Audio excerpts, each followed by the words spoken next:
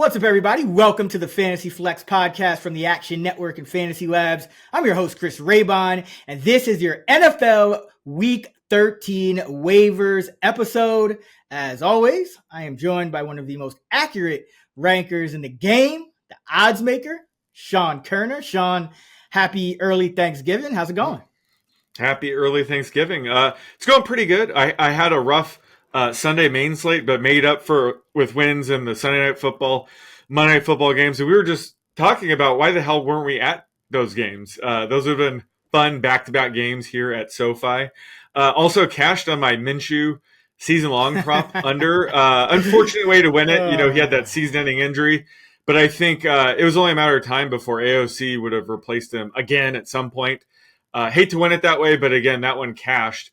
Along with my Brian Thomas Jr. one a few weeks ago. But so you had a good weekend. How are you doing? Yeah, man. I enjoyed this week of games, by the way. I mean, this was that I rewatched that Cowboy Washington last 4 minutes so many times already.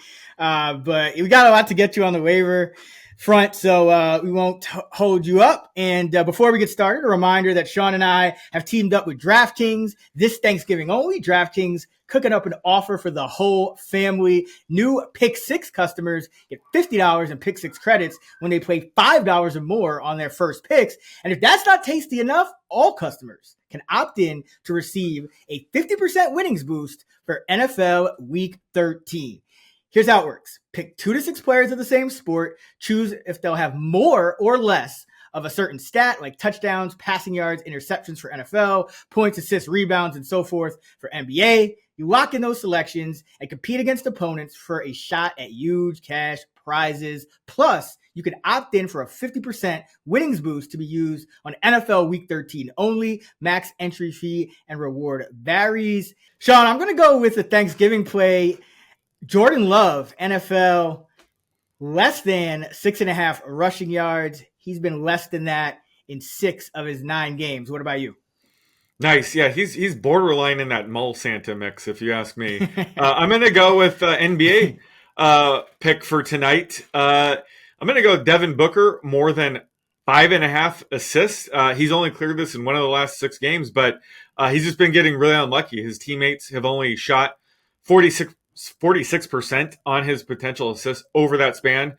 Plus, he's been without Kevin Durant and Bradley Beal. They're both due back tonight, and his assist rate goes up with both of those players in the lineup. And, you know, Lakers have allowed the 3rd most assists per 48. So love Booker's upside tonight. That's why I'm taking more than 5.5 assists. Yeah, love targeting the assist more thans against the Lakers. Yeah. All right, you can download the DraftKings Pick 6 app now and use code FLEX6, that's code FLEX6, for new Pick 6 customers to play $5 and get $50 in Pick 6 credits, plus opt in to receive a 50% winnings boost for NFL Week 13 only. All right, waiver wire, Week 13, we're getting down to the wire. Fantasy playoffs starting to approach us, getting to these Thanksgiving games. No teams on bye this week, so hopefully you don't need too many guys on the waiver wire. But we'll start at quarterback, as we always do. Sean, who do you like on the wire ahead of Week 13? Yeah, like is a very strong word. I would say lukewarm, with Will Levis available in 88% of leagues at Washington here. You already mentioned it. 0 teams on bye this week. No one inside of my top 20 is available in more than 50% of leagues. So not a great week to be relying on streamers. Hopefully you already have, you know, a top 12 quarterback right now, or an option at least, better than Will Levis. But I thought, you know, he's worth mentioning because he has been heating up lately. The last 3 games after returning from injury, he's been the QB 12 in fantasy. And yes, he had another just hilariously bad pick 6 where he gave us another meme with the head down run to nowhere. But that play was worth -1 point in most leagues. And then he had to go right back out there and sling the ball around. So he ended up having a pretty good game against, you know, a solid Texans defense. So having an aggressive quarterback like him isn't the worst thing that you can have in fantasy. Plus, he has sneaky rushing upside. Really haven't seen the production the past couple weeks, but it's there. So he's my QB 22 to open the week, but he's the highest ranked quarterback that is available in more than half the league. So he's a guy that if you need some upside, maybe in 2 QB leagues, you could certainly do worse right now. Yeah, I mean, Nick Westbrook-Akine, like this guy just takes him to the house every single week. So as long as Levis is throwing to that guy, I'm fine with it. I'll go with Matthew Stafford. He's available in about 2/3 of ESPN leagues at New Orleans. And he's had multiple touchdown passes in 4 of his last 5 games. Oh, I wonder why. Maybe it's because Cooper Kupp and Puka Nacua returned around that time. New Orleans giving up 288 passing yards per game over their last 4 games. Remember, no Marshawn Lattimore anymore. They traded him away. So the secondary is beatable. Indoor game like that, especially this time of year for Stafford. So go with Stafford. He's my QB 16. So he's kind of on that fringe of startability, but in a deeper league, a lot of those guys, between 12 and 18, it's not much difference. So if you need him, I think Stafford is out there. All right, let's go to running back. Any backs caught your eye heading into this week on the waiver wire? Well, I think the one people are going to be trying to add the most is Jeremy McNichols of the Commanders. He's sort of the Amir Abdullah type pickup this week, where both Brian Robinson Jr. and Austin Eckler are looking iffy for week 13. Both might suit up. Both might be ruled out. We don't know yet, but McNichols would be the lead back if both are ruled out. Chris Rodriguez would also mix in, but McNichols would be the target here. So he might not require that big of a bid to get because of the uncertainty. Again, I wouldn't bid a lot because there's a chance, he's still the number 3 back. But he's a guy, if you're desperate, which hopefully you aren't on this week. Again, there's 0 teams on a bye. He does have RB3 flex upside if things go his way. So certainly worth like a light bid if you need a running back this week. And I guess that brings me to my next point. I think this is the healthiest the running back position has ever been, especially in week 13. If Isaiah Pacheco returns this week, that's most week 1 starters are healthy. Some might miss this week, but no one's expected to miss multiple games. So I'm really thinking week 14 on, these high upside backup running backs like Blake Corum, Trey Benson, Zach Charbonnet, Tyler Algier, those are the guys we're still stashing. But I think Trey Benson would be the number 1 out of those 4. I think people got to make sure that you have, because he's clearly James Conner's handcuff. James Conner has yet to play a full season in his 8 years in the league. He's played every game this year. If there's anyone, it's impossible to predict injuries, but if there's any back, I think that's more likely than not to miss a game the rest of the way, it's got to be James Conner. And Benson would probably offer, pushing top 15 sort of upside in the fantasy playoffs would be presumably when this happens. So I think out of those 4, I think Trey Benson is a guy you have to make sure is rostered at least. But again, it's a crapshoot this time of year. We don't know who's going to get hurt, but just make sure that you have some of these high upside backups on your bench heading into the fantasy playoffs here. Yeah, and James Conner struggled in that game against Seattle. True. So maybe – and Benson had already been working in a little bit more too. So maybe they just continue with that. I'll point out a couple. Amir Abdullah still available in 81% of leagues. He is kind of like McNichols. He could end up going back to being the RB3 this week, but the Raiders play on a Friday, so it's a short week. So there's a decent chance that Madison and White are not ready yet. Both of them, their timetables anywhere between week 13 and 15. So you could see those guys getting ruled out. Abdullah played a ton of snaps in that game against Denver, had 8 carries for 28 yards, but also 6 targets, 5 catches, 37 yards, and scored a touchdown for the 2nd straight week. So he's getting massive usage, and he guy that really never got to do that for most of his career. So I think if they're ruled out again, he's going to be able to get that opportunity. I mean, the Raiders don't really have it. They're not really playing for much here, but he got, 69 snaps, a 90% snap rate. And Sincere McCormick got the other snaps. Dylan Wabi was glued to the sideline yet again. So this could be there's always like some random dude that is like a league winner that's not even like no one's ever even going to remember him. But if it's Amir Abdullah, I mean, I did not have that on my bingo that'd card. Be so legendary. Yeah. I mean, like AOC is a check down merchant. I mean, talk about Mall Santa. Has he scrambled once in his entire career? I don't think so. Yeah, I don't think he has. He just checks it down to his back. Yeah. Yeah, so that's that would be good news for Abdullah because McCormick's not really going to play much on passing down. Yeah. So you got, Abdullah getting a decent chunk of early down work and then all of the passing down work as well. And then one other guy I'll point out, available in about 2/3 of leagues, probably got dropped in a lot of spots, Tank Bigsby.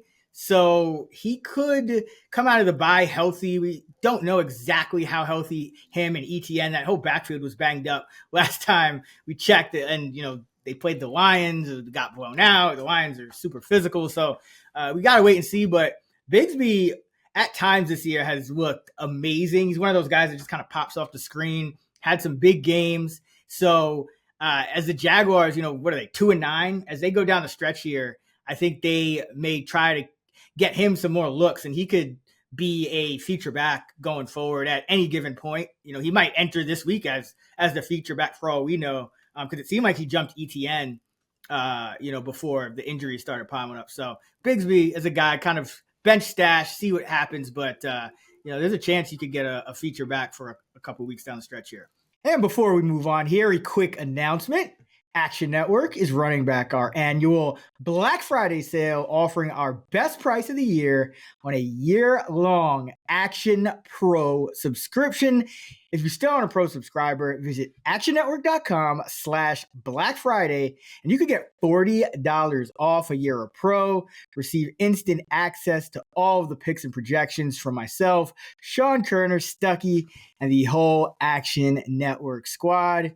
That's actionnetwork.com/Black Friday for the best price of the year on Action Pro. All right, let's go to wide receiver, week 13, waiver wire. Sean, who you got? First up, let's go with Dontavian Wicks, available in 85% of leagues. Seems like the hardcore fantasies darling when it comes to upside receivers, but Romeo Doubs, he picked up a concussion on Sunday. Given the fact the Packers do play, on Thanksgiving here in a few days, it seems unlikely Doubs will suit up, which means, Wicks should step up and see a big increase in playing time here. And he always has, wide receiver 3+ upside if he ever gets, a ton of playing time, which we should see here. He's still not a slam dunk. He's my wide receiver 50 to open the week. Again, 0 teams on bye. We could see Bo Melton or Malik Heath mix in more than Wicks managers would like. But he's still worth a stash for this week if you're desperate and down the stretch, because if any one of these top 3 receivers miss time, he'll be a potential, wide receiver 3 flex option, depending on the matchup. So he should be rostered this week if you have space. And the other guy is a guy I was high on last week, Xavier Legette, available in 73% of leagues. I was high on him last week, had a solid 4-catch, 56-yard game in a tougher matchup against the Chiefs. But he has an easier matchup here against the Buccaneers, although their secondary is getting healthier. They just got Jamel Dean back. They lost the safety. They lost the. Oh, they did. Isn't Whitehead out for the year? Is it Whitehead? I thought he was. Oh yeah, okay. He's doubtful this week. I thought he was questionable earlier. Yeah, torn pec. Yeah. Yep. Yeah, he might return later. Either way, this is a defense that's been easier to attack than the Chiefs. But this wide receiver room is getting a little bit more crowded with Adam Thielen back. But Legette's role is pretty much secured at this point. It's the other 3 receivers that are probably going to have to fight over snaps beyond Legette. But also tight end Jatavion Sanders had a really scary neck injury. I'm assuming he'll be out. So again, those are more potential targets, I think, would be going to the wide receivers here. So, if he's available, he's worth a stash. He's a rookie who's kind of on an upswing. So you might not be starting him in every league. But again, he's one of those rookies that I think is going to continue to ascend here over the final few weeks, especially with Bryce Young playing a lot better. Oh, yeah. I think what Legette is, he's day one, was he end of first round or early second? End of right first. Yeah, I think it's a first round pick to get him at the end of the first. Yeah, right. So yeah, they're gonna give this guy opportunities. He's been on the field pretty much every single pass snap for the last 3 games. So yeah, I think that continues. A couple guys for me. One, Marquez Valdez-Scantling still available in over 80% of leagues, and that's because the Saints were on a bye last week. But he's their number 1 wide receiver. The Rams are not a difficult matchup for wide receivers, so I would, if you really need it, I would give MVS a spin here. If you're just kind of shooting for a big play, touchdown, that's what he's delivered so far. 3 catches, 109 yards, and 2 touchdowns in his first game with the Saints, and then 2 catches, 87 yards, and another touchdown in his second game. And in that game, he had an 87% route rate. So he's their number 1 wide receiver, essentially the Rashid Shaheed role. And we know Carr was chucking it to him and got a lot of production out of it. So I think you could do worse than MVS. And the other guy, or another rookie, AD Mitchell, available in over 90% of leagues. Josh Downs is reportedly week to week with his shoulder injury. And I mean, this year, week to week means like probable or something. So take it with a grain of salt. Right. But if Downs is indeed week to week, which it seems like he is, then Mitchell would step back into that Downs role that he played for the first 2 games of the season, and he was running a route over 70% of the dropbacks. And that's important for Mitchell because he's targeted 27.8% of his routes. That leads all members of the Colts except Josh Downs, who is at 29.8%. So AD Mitchell, another talented rookie, could get a big bump in playing time. And I mean, the Colts receivers, Pittman, he has a back issue. He's not moving well out there. And, Alec Pierce is kind of, hit or miss deep threat. So there's a big opportunity for Mitchell to produce like Downs did if he's in that spot. So I think Mitchell has some, underrated wide receiver 1-2 upside if he indeed plays that Josh Downs role. And the Patriots are not a particularly tough matchup for wide receivers. Yeah, I'm a huge AD Mitchell stan, and Ashton Dulin is also hurt. He seems week to week, like legit week to week, as opposed to Josh Downs. So either way, like that's going to be an uptick for Mitchell's playing time as well. All right, tight end. Who do you like at tight end on waiver wire heading into week 13? I am sticking with my boy here, Will Disley. He's available in 48% of leagues, so I'm going to take a stretch here and say that's still half leagues, still way too many leagues. He just continues to produce since becoming the lead tight end back in week 6. Now has 4 more catches in 6 of 7 games since he took over as the lead tight end. I'm cashing on his props every week, touchdowns, all of it. And I think, he got 4 passes for 47 yards last night against the Ravens. I think when they watch that tape, they're going to, like, Herbert will probably recognize it as well. He needs to just throw to Disley even more. He's throwing the ball to Stone Hands, Quentin Johnson, and Jalen Reagor on key third downs. Well, Disley's wide open on half these plays. So they're going to notice that he needs to be out there more, and they need to be targeting him more. So just the sky's the limit with him right now. I know he's probably limited physically, but he's getting the playing time. He's getting the targets. Like, you got to keep rolling with him. He's a low-end tight end 1 until things change. Yeah, and those shorter targets, underneath targets, there might be even more available because J.K. Dobbins got banged up and left that game as well. And they're not throwing the ball to Gus Edwards. So like the running back's going to block and Disley's going to be out in the pattern every single time if Dobbins misses any time. I'll go with Taysom Hill here. He's available in 48% of leagues as well. So between Disley and Hill, one of them, there's a good chance one of them's available. Please invite me next year. Oh, seriously, man. I mean, I get it to an extent because the Saints are on bye, but keep talking about this. He's a top 6 tight end for me this week. And I mean, need I even mention what he did going into the bye? Just completely eviscerated the Cleveland Browns. 7 carries, 138 yards, 3 touchdowns, 10 targets. He got 7 for 138 and 3 rushing, and still found time to get 10 targets. And he's actually catches. A tight end now. This dude is a cheat code, a literal fantasy football cheat code, and he's a freaking 34-year-old white dude. Like, that is just absurd. Like, he's Christian McCaffrey. He's Christian McCaffrey. He's like Saquon Barkley and David Njoku at the same time. that performance. No, yeah. Three rushing touchdowns, just an amazing rushing game. And like you said, 10 targets, 8 catch. Like, what more? He's like the Ohtani. He's the Ohtani Seriously, of this fantasy is football right now. And you have him top 6. Where do you have him ranked exactly this week? 4th. Because I am a slight tweak. If I just tweak something, he's my tight end too. Yeah, I mean that's. Here, let me just tweak it real quick. He's right there. He's my tight end too. What I mean, listen.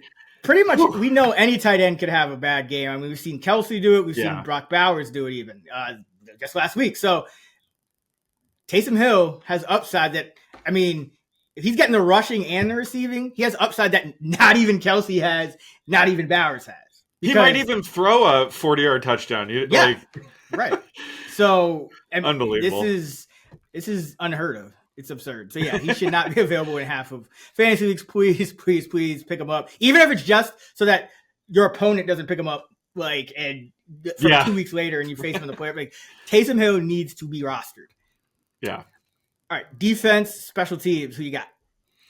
I'm going with the Cowboys this week. Available in 71% of leagues. They face the Giants on Thanksgiving.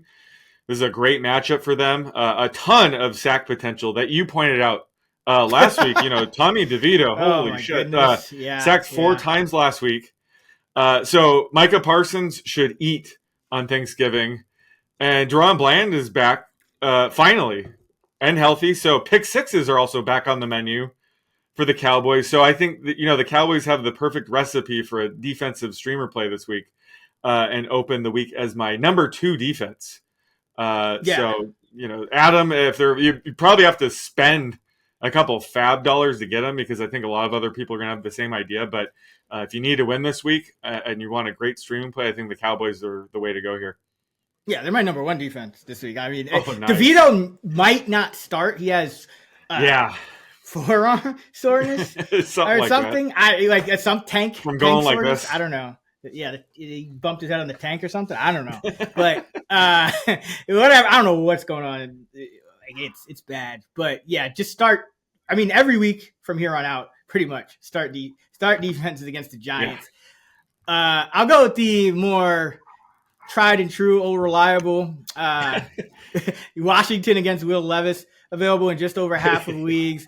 And Levis has been playing a lot better, as you mentioned earlier, but still giving up 4.4 sacks per game and averaging over an interception per start as well. So he'll probably give Washington something here in this spot. So, I mean, the special teams, hopefully this Washington special teams does something good this week. And maybe it's, not just the defense, but even if it is just the defense, Will Levis should be pretty giving here. All right, kicker, who you got?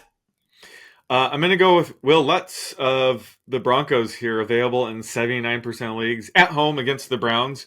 Apparently, I ended up ranking him as my number 2 kicker last week. I'm not sitting there meticulously, tweaking them like every other position, but a lot of people reached out and said, hey, thanks for recommending Will Lutz. He kicked, more than 20 plus points or something like that. I was like, oh, you're welcome. I had no idea. But he's going to be my streaming pick this week after seeing that. But I looked, he's been solid this year. He's made, 90% of his field goals, 4 from 50 plus. Plus, they're at Mile High this week, so that gives them more incentive to trust, deeper kicks. Haven't looked at the weather yet. This is an outdoor game in late November, so we need to just double check and see that the weather 40 degrees, partly cloudy, 5 mile per hour winds to the southwest. So okay, cool. Look all good. We look good for now, but again, things can change. It's not LA, so things can change. We'll be updating that in our projections later in the week. But anytime you have an outdoor kicker this time of year, you have to be careful. But yeah, I love Will Lutz this week. He's in my top 5 again. And again, he's just been one of the more accurate kickers this year, and in a pretty inconsistent kicker season, in my opinion. Oh my goodness. I mean, talk to Wash. I mean, that Cowboy Commander game, you had Aubrey getting blocked. You had Seibert missing PATs. Kaimi Fairbairn. I mean, there's just been some shanks this year. Like, it's like you just know the kicker thought about it as he was kicking it, and just like you can see it happening. It's like, oh man. Yeah, like it's so bad. I was gonna mention Younghoe Koo, but like God, he's been so shaky too. Like you can't. And Tucker, I think Tucker got back on track last week, but yeah, it's just been kind of dicey when it comes to kickers this year. Yeah, everyone's it's like a lot of misses, and I think teams are getting better at the blocks and kind of exploiting the rules and whatnot. I'll go with Matthew Wright. He is the Chiefs kicker. I feel like Matthew Wright he's like on the Niners and he's on the Chiefs, but he's always going to these good teams that have high implied point totals, which is exactly what we want. Looks like there could be a 2% chance of snow, but no wind in Kansas City. So not really worried about the weather too much. He is my kicker 2 on the week because Kansas City, I have him projected to score the second most points. And that usually is going to correlate pretty well with kickers. So the only kicker I have ahead of Matthew Wright is Jake Bates. And Wright will be kicking for the Chiefs because Spencer Schrader, who is like their second or third kicker already. That's another thing that's happening this year. A lot of kicker injuries, right? Not fun for updating our like projections and the spreadsheets. Yeah, I know. It's like which team is Anders Carlson on this week? Which team is Schrader on this week? But yeah, Matthew Wright, kicker 2 on the week, and he's available in 99.9% of weeks because he literally just got his Matthew job. Wright. Yeah. All right. That is going to do it for us here on the Fantasy Flex NFL Week 13 waivers episode. Be sure to subscribe to the Fantasy Flex podcast so you don't miss an episode all season long. And check out fantasylabs.com for all of our fantasy football content. And don't forget to use promo code FLEX40 for $40 off. You can find Sean on X at _oddsmaker. I'm at Chris Raybon, and we are at those same handles on the free award-winning Action Network app. Happy Thanksgiving, everybody. Let's give this money